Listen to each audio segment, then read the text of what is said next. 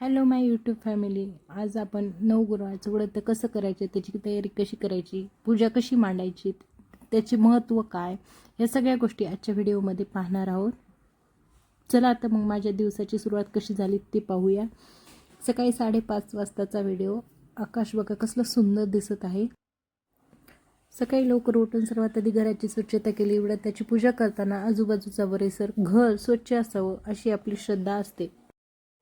त्यानंतर लागणाऱ्या वस्तूंची तयारी करायची होती, त्यामुळे फास्टमध्ये छोटीशी रांगोळी काढली. खरंच हे व्रत करताना ज्या दिवशी आपण पूजेची मांडणी करतो, पूजा करतो, इतकं प्रसन्न वाटतंय. लवकरच मी रांगोळी काढली आणि रांगोळी काढण्या झाली की लगेच जे पूजेसाठी साहित्य लागतं ते सर्व साहित्य एका ताटामध्ये काढून घेतलं. स्वामी समर्थाच्या भक्तीमध्ये नवगुरुवारचं व्रत श्रद्धेने केलं जातं. हे पूर्ण साहित्य काढल्यानंतर मी देवाऱ्यामधली पूजा केली. नागवेलीचे पान, अगरबत्ती, हराळी, नंतर आरती, गोमूत्र, चंदन, दक्षिणा, 2 मूर्ती घेतल्या, एक गणपतीची आणि एक स्वामींची. गहू, तांदूळ, पंचामृत, फळ, 2 आरत्या, ह्या सर्व गोष्टी आपण जवळ घेतल्या. आणि महत्त्वाचं म्हणजे हिना अत्तर, ते सुद्धा पूजेसाठी खूप महत्त्वाचं आहे. दक्षिणा, हिना अत्तर घेतल्यानंतर एक येलो कलरचा कपडा घ्यायचा, नवीन पीस घ्यायचा, एक श्रीफळ घ्यायचं, तांब्या घ्यायचा, तांब्यामध्ये पाणी घ्यायचं आणि ही नवगुरुवारच्या व्रताची पोथी आहे.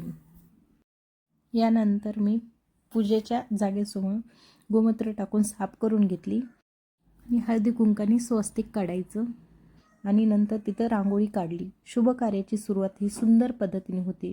पूजेच्या जागेचे पण सौंदर्य खुलते. अनेक जण आपल्या मनातली इच्छा, संकल्प किंवा एखाद्या कारणासाठी व्रत करतात, पण हे व्रत नुसतं इच्छा संकल्पासाठी न करता काही जण स्वामींच्या चरणी श्रद्धा, मन शांती मिळावं या भावनेनं सुद्धा करतात. चला मग आता आपण पूजेची मांडणी करूया. पूजेची मांडणी काय तर मी चौरंग घेतला, त्याच्यावर येलो कलरचं पीस ठेवलं आणि स्वामींचा फोटो ठेवला, कलश ठेवला आणि प्रत्येकी खायची पानं जे असतात ते 2-2 ठेवायची. सुपारी, हळकुंड, हे ज्या 5 वस्तू असतात पूजेला लागणाऱ्या ते सर्व त्या 5 वस्तू मांडायच्या. साईडला एक, डाव्या साईडला श्रीफळ ठेवायचं, फ्रूट्स ठेवायचे. कोणतेही 5 फ्रूट्स ठेवू शकतात, 1 ठेवू शकतात आपल्या इच्छेनुसार. आणि जे कलश मांडलाय आपण त्याच्यावर ते कलश मांडून त्यावर गव्हाची एक वाटी ठेवली आणि त्याच्यामध्ये गणपतीची स्थापना केली. कोणतेही आपण शुभ कार्य करताना आधी गणपतीची पूजा करतो. त्यानंतर स्वामींचा फोटो घेतला, त्यांना चंदन लावलं आणि नंतर त्यांना वस्त्र हे ते अर्पण केले आणि नंतर जे फूल होते ते फूल पूर्ण त्या पानावर ठेवले.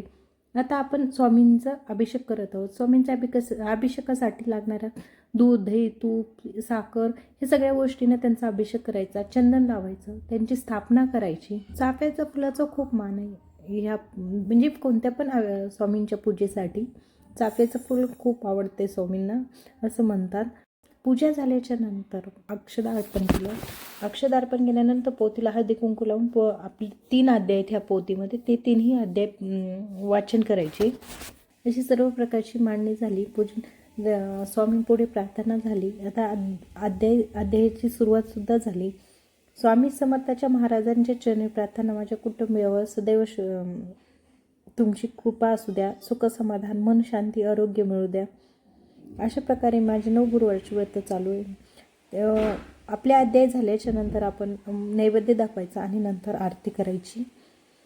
त्या दिवशी खरंच खूप प्रसन्न वाटतं. घरामध्ये सगळीकडे प्रसन्न वातावरण वाटतं आणि खूप सुंदर हे असं व्रत. खरंच हे मनाला शांती देणारे व्रत आहे. तुमच्यापैकी जर कोणी करत असाल तर मला नक्की कमेंटमध्ये सांगा. श्री स्वामी समर्थ लिहायला विसरू नका. आणि तुम्हाला माझी पूजा कशी वाटली तेही सुद्धा सांगा. थँक्यू.